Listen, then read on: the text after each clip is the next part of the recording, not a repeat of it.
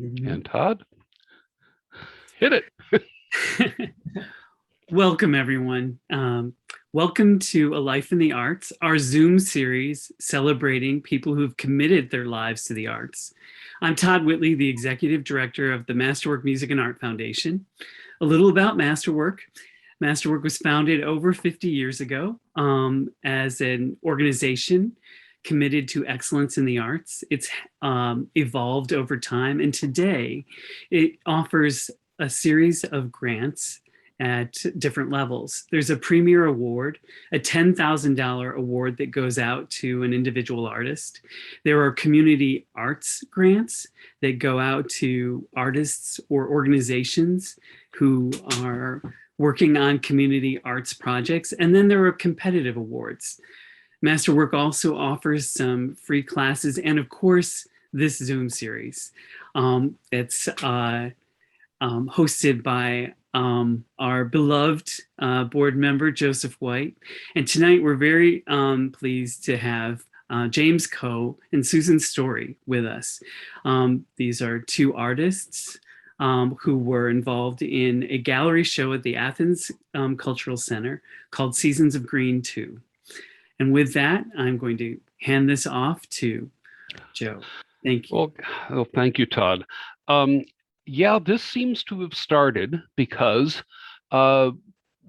people, hold on, I'm going to do one little adjustment here because I think I can, okay, that's fine.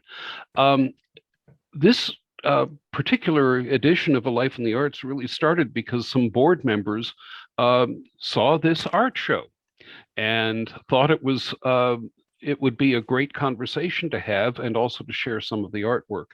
And so this was at the Athens Cultural Center, and it's Seasons of Greene II.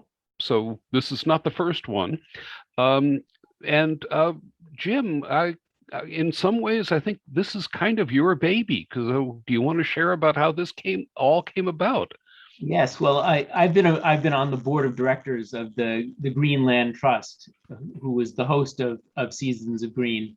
I've been on the board for about 7 or 8 years, and was always looking for a way that I could contribute something to fundraising and publicity for the trust. We're really a young land trust. We've only been in existence for a little over maybe 12 to 15 years, and so I conceived of this idea that we could have an art exhibit, sell the art, have the artists donate a portion of the proceeds, and at the same time, by asking the artists to paint on our properties, publicize the landscapes that we're involved with protecting in Greene County. And so we had our initial Seasons of Greene in 2017, and it was a great success. And Susan was a part of that initial show as well. And then we were trying to we wanted to do it every other year, but it took us a little while to get back on the schedule at the Athens Cultural Center. And then we were postponed a year by COVID. And so we finally had our second one this year. Well, I was going to say a lot of artists have had their workflow interrupt. Well, actually, no. I mean, the great thing about visual arts is you can do that whether or not anybody's watching. The performing art folks aren't so lucky in that particular regard. But at any rate, there's a couple things I think I should say. One is that for people who are unfamiliar with New York State, Greene is spelled with another E at the end. Correct. It's Greene County. And I think the really wonderful thing about the show is that not only is it a great show and a worthy thing to raise money for, but also the show itself is really a sharing of the beauty of the organization and the lands that it's that it's involved in protecting, which is really just really cool. So I guess one question is, so some of the works appear to have been created specifically for this event. I don't know, do you have an idea of what percentage? I would correct you. All the work was created. As far as I know, all the work was created for the show. Okay. I invited the artist. I guess we started working on it early 2021, perhaps at the end of last year. We started to put together the list of artists who are going to be involved in this show. Well, and in fact, we'll get to see Susan creating one of them in one of the pictures that you've shared that we'll be sharing later. One of the other things is that if you're not familiar with this area of New York, this was the birthplace of the Hudson River School, which is America's really first major independent visual art creative spurt. There's just a whole raft of wonderful painters from the mid 19th century, and so this has always been an area that seems to have inspired visual artists to create wonderful things. So can I just mention, the land trust manages a property along the Catskill Creek on which Thomas Cole is known to have painted. It's just outside the town of Catskill. It's called the Mewignac Preserve. And we have documented that Thomas Cole painted landscapes on that property back in the mid 19th century. So the subject of this podcast, besides giving wonderful people a chance to have people share their work, is we also like to talk about how artists got there, how they have managed to, our nation and our economy are not super accommodating to the arts. There's that wonderful book by Sinclair Lewis called Babbitt, and the environment he talks about is about as unfriendly as you can imagine. But so I'm going to ask Susan simply because you've been talking more than she has so far. But so when did you know that this is one of the things you were going to do with your life? The second I was born, I came out with a crayon in my hand. I was always coloring, drawing, using my hands. My father is an artist, and my mother was also an artist. She painted in oil. She did florals. You may not have known that, Jim. And she also was a seamstress, a designer of sorts. But my father is a fairly well-known artist in Greene County. So it was nurtured. My father, you had a model. I'm sorry? You had a model. Yes, I did. And I watched over his shoulder all the time and absorbed everything like a sponge.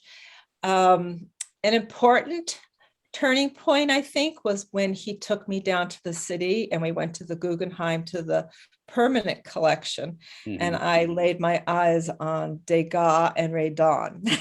And I just loved those colors and the pastel and the strokes.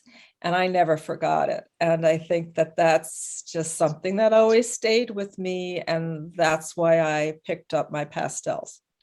Well, I was going to say, and then now, James, you're more, your preferred medium is oils, right?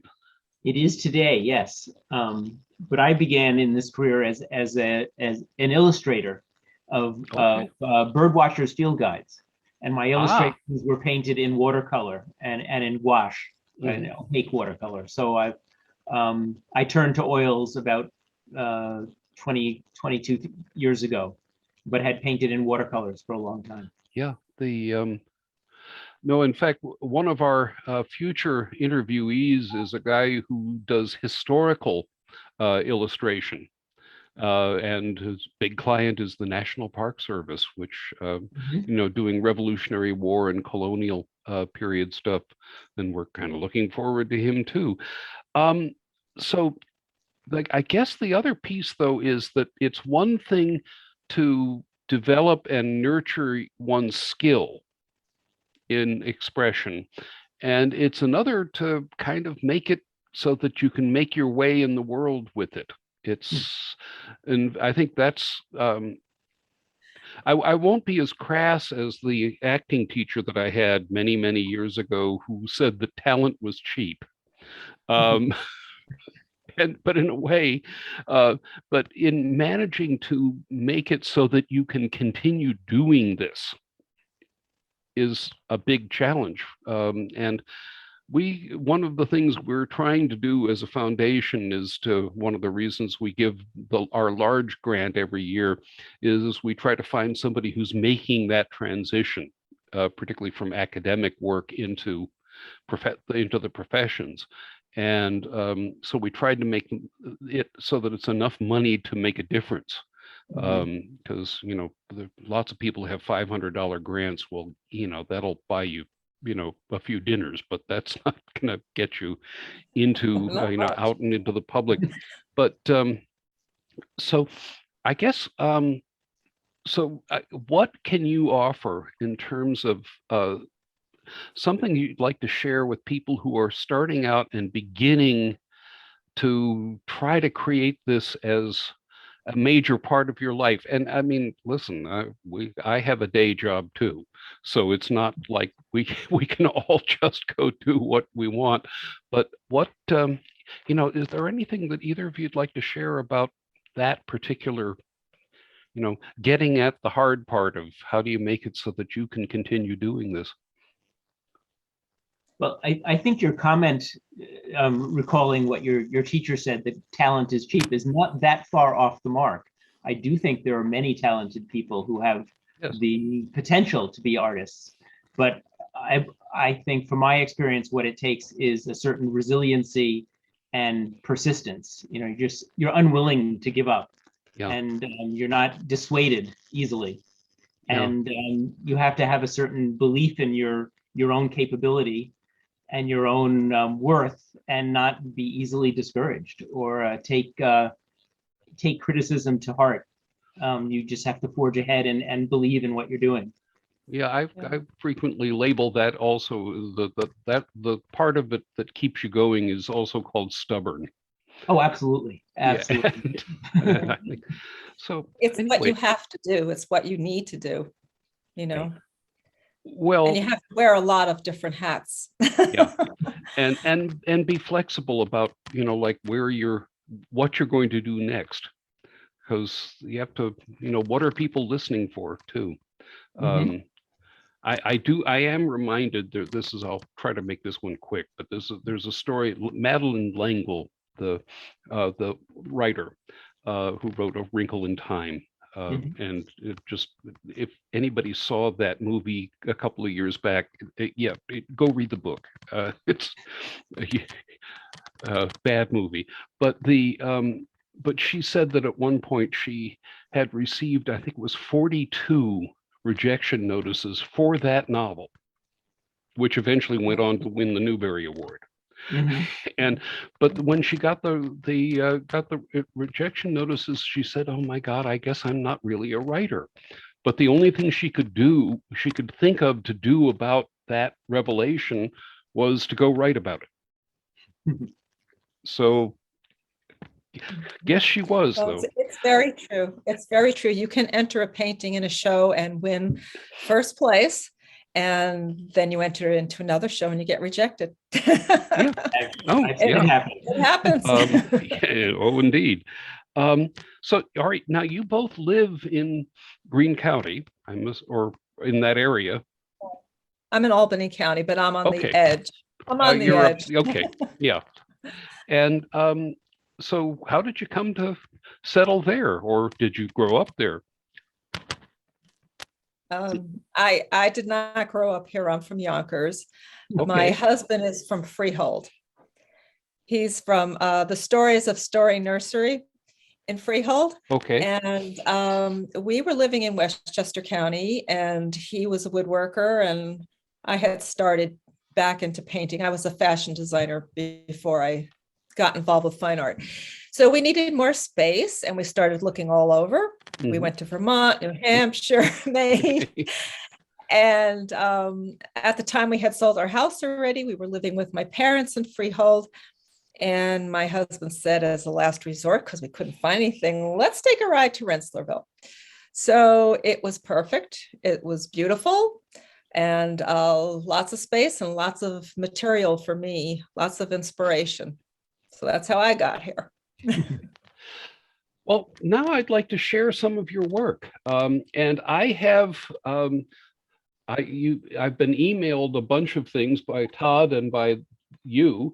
And so they're kind of in no particular order, but I'm going to share them. And so as they come up, tell us about them. So here and there and Everywhere. there. All right, well, that's one of my paintings from the Seasons of Greene exhibit. And it's an oil painting, and it is depicts the Potoc Creek at the Octoparagon Nature Preserve, which is one of the properties that the Greene Land Trust holds an easement on and helps protect. Mm. And it's one of my favorite places to paint. It's only about 3 or 4 miles from where I live. Oh, that's gorgeous. The well, now that I've seen these and putting this together, I have some traveling to do. And then there's this guy. And that's another one of my paintings in a slightly different genre. As I explained earlier, I started in the field of bird illustration, and I still do paintings with birds and wildlife. And this is a larger painting that was in this year's annual Birds in Art exhibit at the Woodson Art Museum in Wausau, Wisconsin.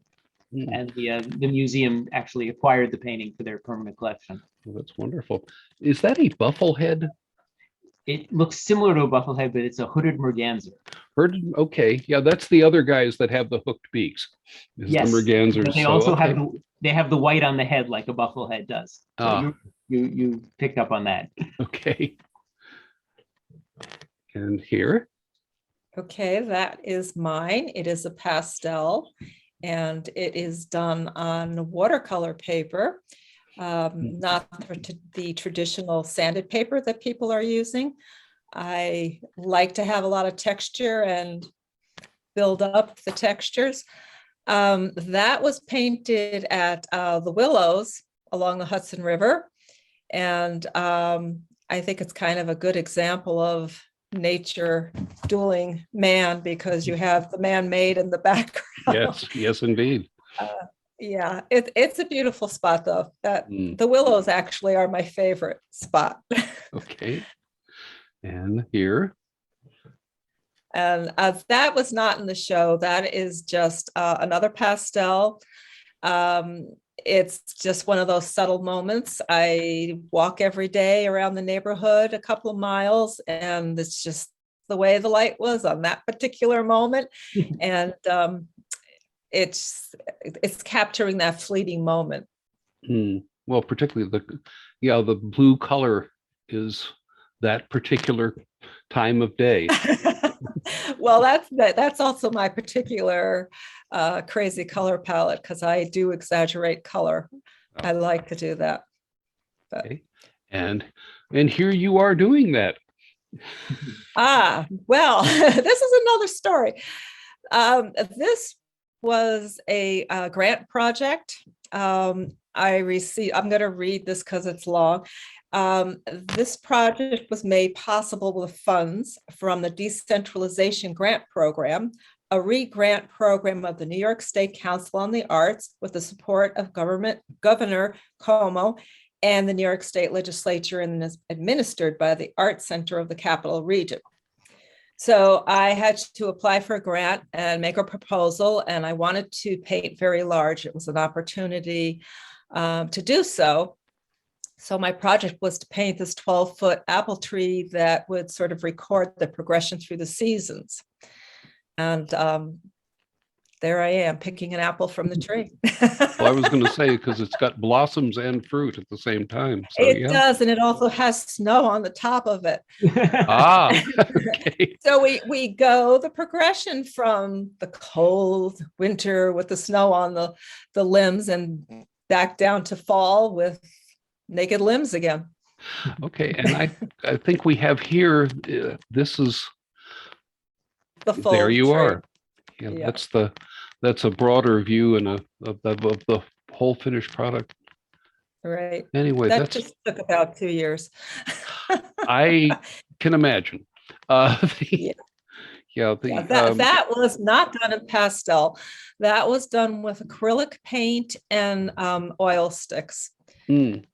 So I Well, oil surprised sticks are myself kind of out like of my pastels. comfort zone. No, I wouldn't want to frame that in pastel.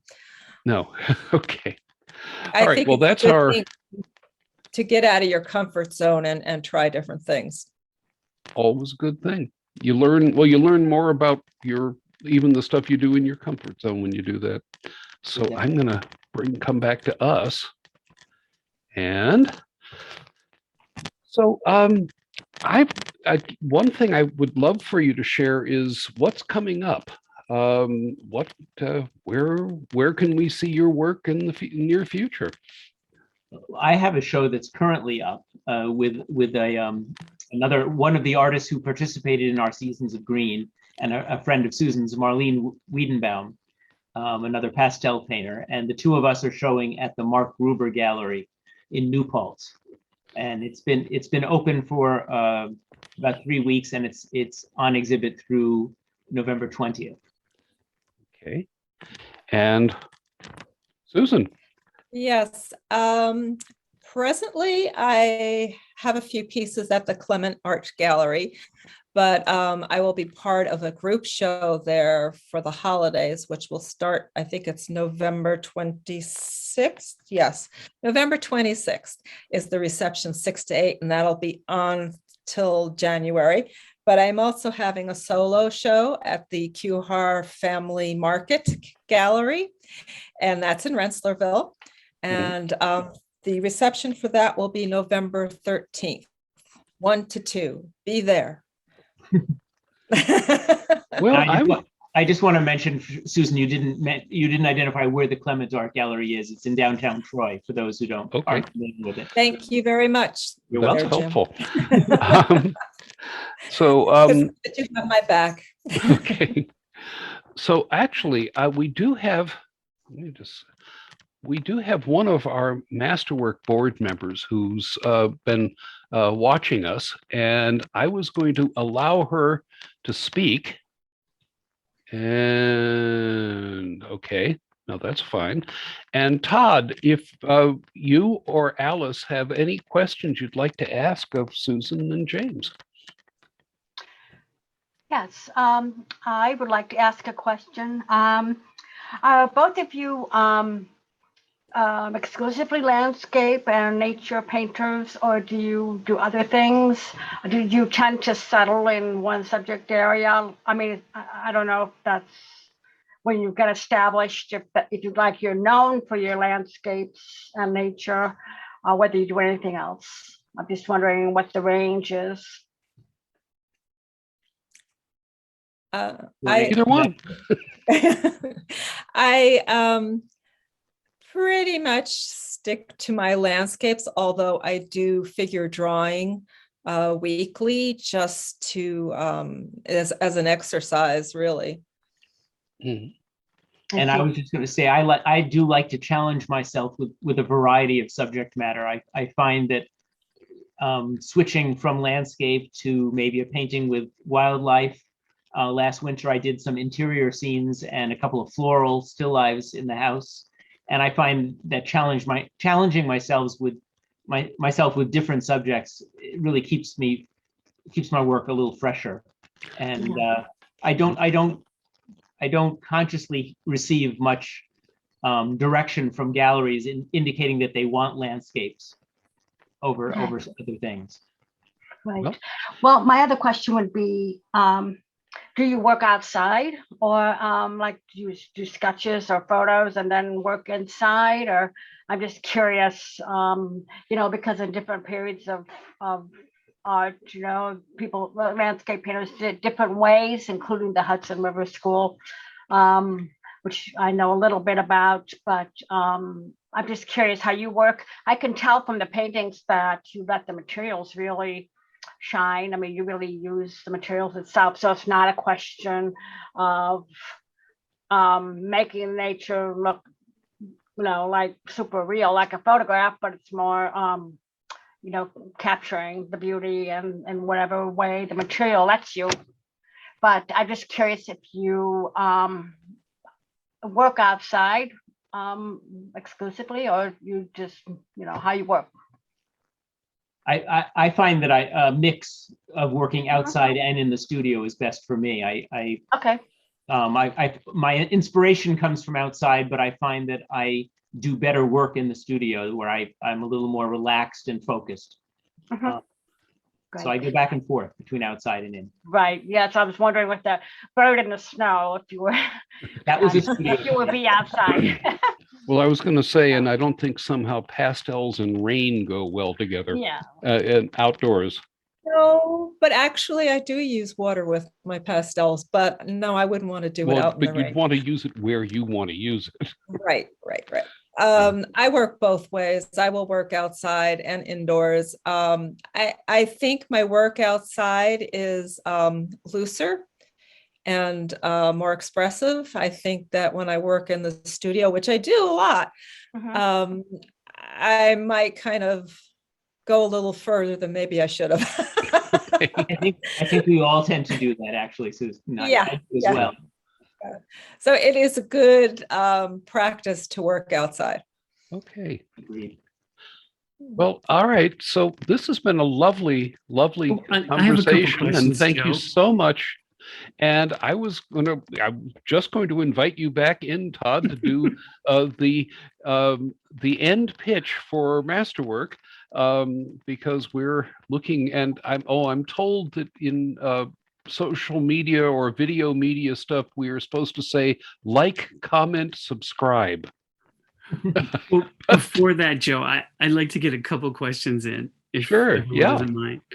And just say that I was one of the people, although I'm not a Masterwork board member, I did catch the show and was so impressed with how beautiful it was. And while it was, we're really fortunate to be able to share these images in this medium, it really doesn't do the works justice. You have to see them in person, and they're just beautiful.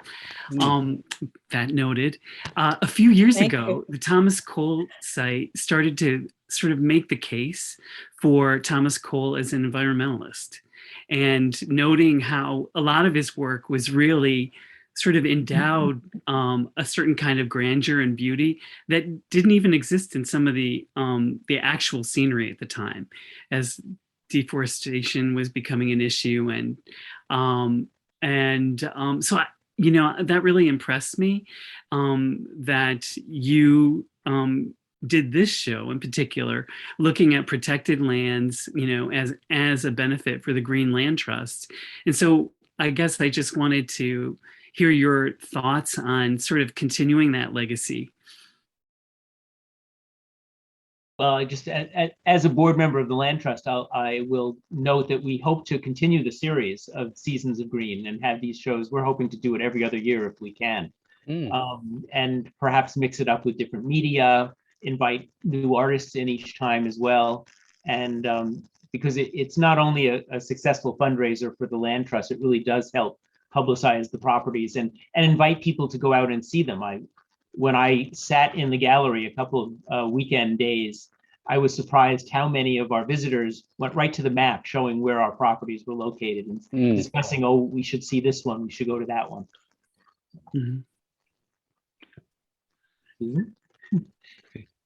And my other favorite question for both of you is, so what piece of advice would you share that you wish you heard as a younger artist? Don't expect to get rich.